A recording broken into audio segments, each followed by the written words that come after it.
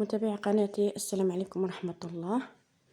اش اخباركم؟ لاباس عليكم؟ نتمنى لا فيديو لقاكم بخير وعلى خير. قبل ما نبداو في الفيديو كما العاده نصلوا على الحبيب، اللهم صل وسلم وبارك على سيدنا محمد وعلى اله واصحابه اجمعين، عليه افضل الصلاه والسلام. المهم كما كتشوفوا اللي خدمت هاد الوريضات بالكروشي، وقلت نشارك معكم الفيديو اللي كنتمنى يعجبكم. هنايا اللي كان عندنا ورود والوينات مزيانين، يعني كان عندنا فيه الوينات اللي فيه من الابيض والغوز والاحمر والاصفر، وبطبيعه الحال اللون الاخضر هو لون الاوراق. ولا بغيتو تشوفوا طريقه تعليم هاد الاوراق، عندي في جوج فيديوهات في القناه، حصص يعني تعليميه لهاد الاوراق لطريقه سهله وسهله بزاف، ما فيهاش يعني شي حاجه اللي صعيبه. وعندنا هاد ورد الياسمين تاو حصة تعليمية في القناة، الا بغيتو تدخلوا تشوفوها وتستافدوا، كاينه حصة تعليمية لورد الياسمين. وكما قلت لكم لي قناتي فيها حصص تعليمية اللي كنجيب شي حاجة سهلة، يعني ما تكونش شي حاجة صعيبة بالنسبة للناس اللي كيتعلموا من قناتي.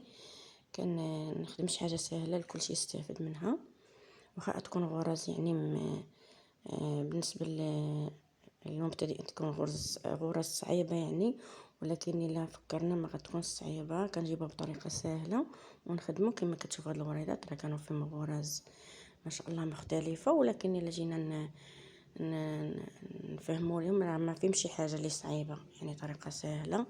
وبالنسبه للناس اللي كيخدموا الكروشي غادي يشوفوا هاد الورود هكا غيقول لك لا ما يمكنش نقدروا نخدموه بحال هاد الشكل، ولا غير نتبعوا مثلا الفيديو بالنسبه للتعليم نتبعوا معاه وغادي نستافدوا ان شاء الله.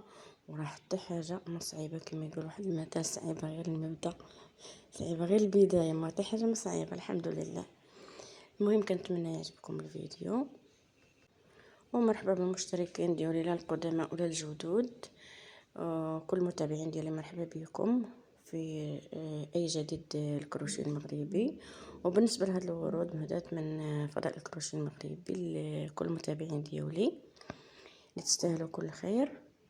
وما شاء الله هاد الايام يدخل عندي بزاف المشتركين ومتابعين، مرحبا بالجميع لا القدام ولا الجداد، مرحبا بكم كلكم على راسي وعلى عينيا. اي طلب بغيتو كتبوا لي في التعليق، وقبل ما تكتبوا التعليق حطوا البصمات ديالكم، حيت البصمات هما اللي كيرفعوا الفيديو يعني لعدد كبير من الناس يشوفوه. حطوا البصمات ديالكم، حتى لما بغيتوش تشاركوا في القناه، بالنسبه للناس اللي ما بغوش يشاركوا في القناه يعني كيشوفوا الفيديو ما فيها باس لا حطيتوا البصمات ديالكم. الله يجازيكم بخير، يعني بخاطركم ماشي بزز منكم، انا كنقول لكم بصافي بخاطركم يعني.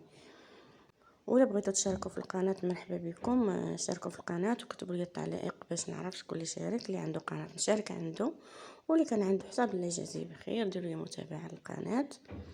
ومرحبا بالجميع، كما كنقول دائما مرحبا بالناس المشتركين القدام ومرحبا بالناس الجداد، كلكم على راسي.